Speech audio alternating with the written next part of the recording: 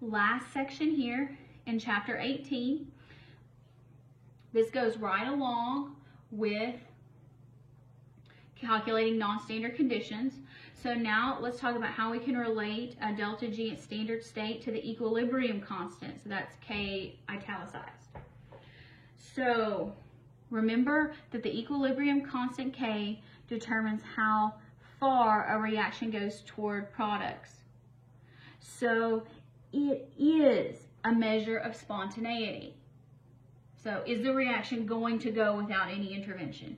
Well, yeah, we can use K to figure that out. We already have. We said, oh, if Q is less than K, then the reaction goes to the right. If Q is greater than K, the reaction goes to the left. If Q equals K, then the reaction is at equilibrium. So we can use K as a predictor of spontaneity. So if they both are ways we can determine whether a reaction is spontaneous, shouldn't they be related to each other? The answer is yes.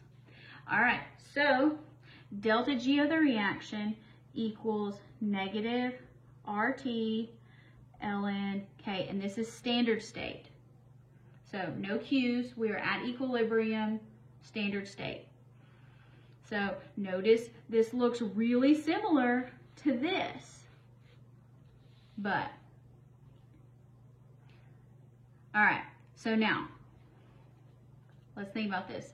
When K is less than 1, so K is negative, that means the natural log of K is also negative. All right, so if this is negative and this is negative, delta G is going to be positive. Under standard conditions, the reaction is spontaneous in the reverse direction, or if you prefer in your equation, to the left.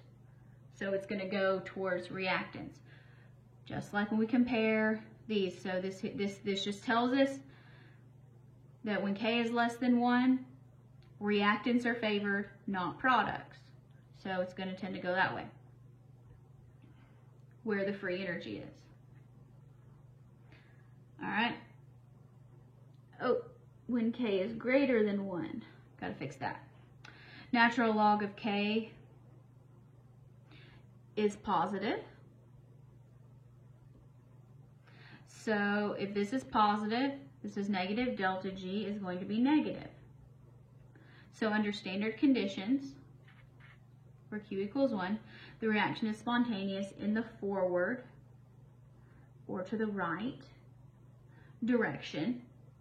So it's going to go towards products. When K equals 1, natural log K is 0. So if that's 0, delta G of the reaction is also 0.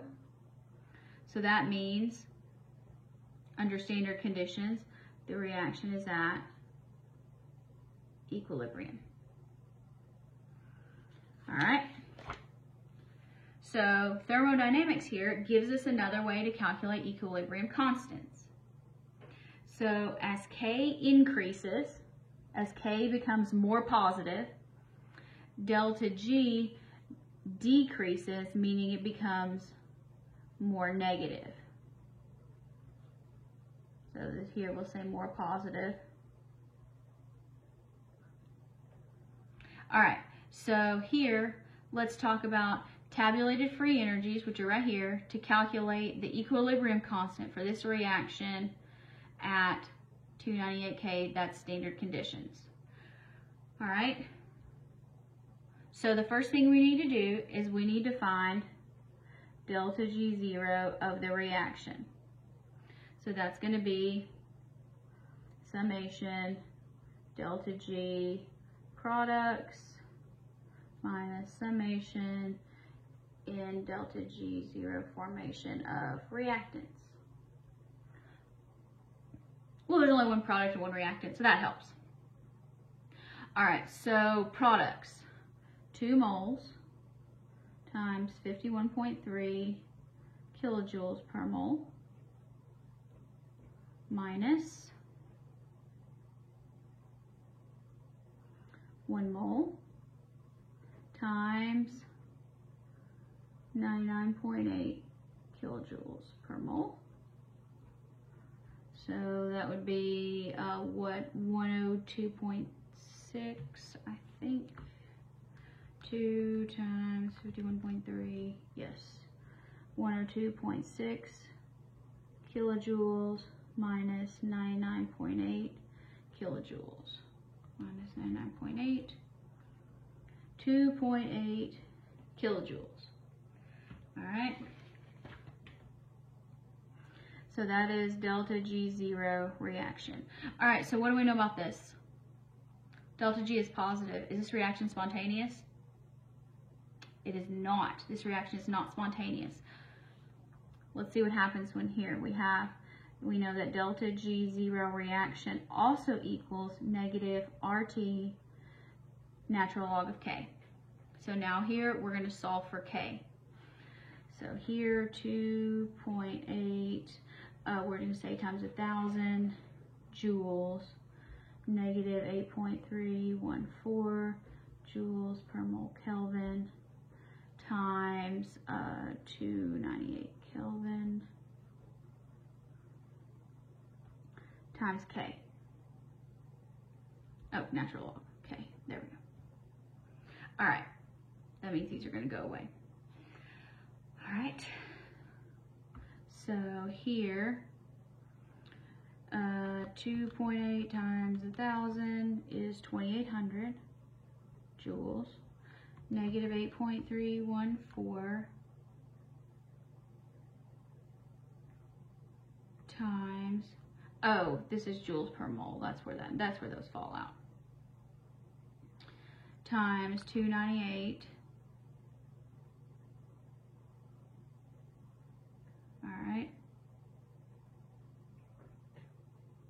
Oh, I forgot a decimal. Negative 8.314. I was like, that's a very large number. All right, so that's negative 2477.6 joules times natural log of K. So let's divide that. So 2,800 divided by that answer. So I got negative 1.13 equals natural log of K. How do we undo natural logs? We raise e to the power. So we know that K equals e to the negative 1.13. So let's say e to that answer. So K equals 0.323. Remember, there are no units on the equilibrium constant K. And now this tells us that K is less than 1. K is less than 1, so that means the reactants are favored. Equilibrium tends to lie to the left. So that is consistent with this having a positive free energy. So energy is not free.